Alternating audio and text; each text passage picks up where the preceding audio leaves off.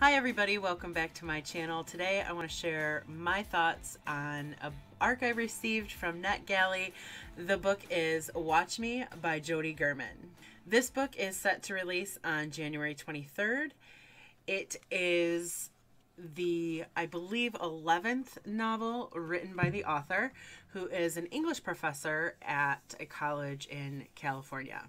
Jody Gurman has written young adult contemporary, young adult fantasy, and even adult romance. But Watch Me, from my research, is her first thriller. Watch Me is a psychological thriller.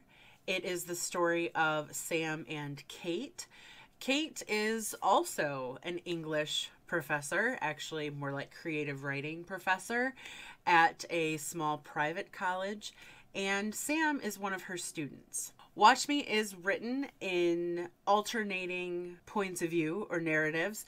Kate's is written in the first person and Sam's is written in second person. That was exciting for me. I had never read a book that used second person. What becomes very clear about the book very early on is that Sam has maybe an unhealthy obsession with Kate. After reading Kate's first novel, Sam became obsessed with her. His entire adult life or young adult life was spent manipulating his circumstances so that he could eventually be close to Kate.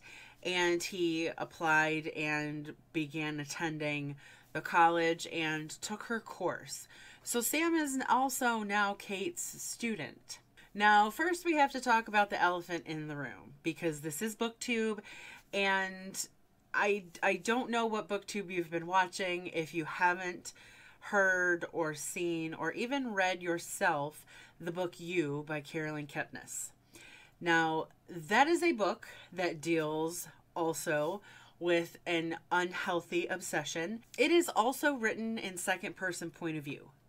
So I have not read You as of yet. I have it on my shelves and I haven't read it.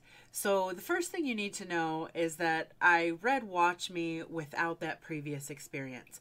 My fear is that Watch Me may be a little bit too similar or might remind some folks of You, considering the amount of adoration and acclaim You has gotten in our community. I think that people would be open-minded and excited to see another book that sort of deals with the psychological aspects of stalking and addresses it in an interesting writing style. I really liked this book. I enjoyed reading it. I was very drawn in, and you know, it was suspenseful enough that I didn't really want to put it down. One aspect of this book that I think is completely original is that it plays very much on the human attraction to forbidden things or things we know that are wrong. For instance, Sam is Kate's student, and yet Kate finds herself actually attracted to him. They share a chemistry that, of course, Kate can't explain because she has no idea that Sam has followed her life so closely, that he's even been in her house, that he's even interacted with other people that know her personally.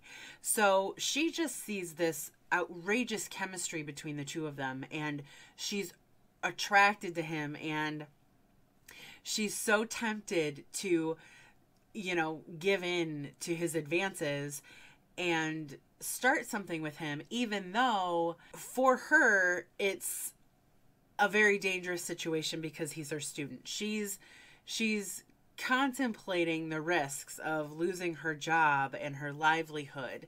Her writing career is maybe taking a downturn, and so, you know, she's in a very vulnerable place. She doesn't feel very confident about her ability. She doesn't feel like she'll ever be able to replicate the success that she had with her first novel. I think Sam kind of worships her the way that she needs to be worshipped at the time. He obviously is not objective about Kate. He's very obsessed with her. She can, you know, do no wrong. She's up on this pedestal for him. And so he tells her, you know, how wonderful she is, what an amazing writer she is, how beautiful she is. And there's just something about where she is in life that she needs that. And she sucks that up. And she, you know, walks a very fine line between what is acceptable and what is inappropriate with her student, even though, you know, this is college, so I hope it goes without saying that he's legal. So that's the forbidden scenario that our characters go through. At the same time, the reader goes through their own sort of attraction to the forbidden, right? Because we know what Sam is. We know that he is a stalker and a killer, and that he's dangerous, and that he's not entirely there, that he's not okay. And yet we're seduced by his charm. Like, I found myself thinking, but isn't there a way she could get over the fact that he's a killer? You know, so that this would work out. Like, even I was seduced by the wrongness of it. And obviously, you guys know I love books like that. I love books that make you, you know it's wrong, and yet there's just something that you want to see it. You want to experience it through a book, regardless of the morality of it in our real lives, right?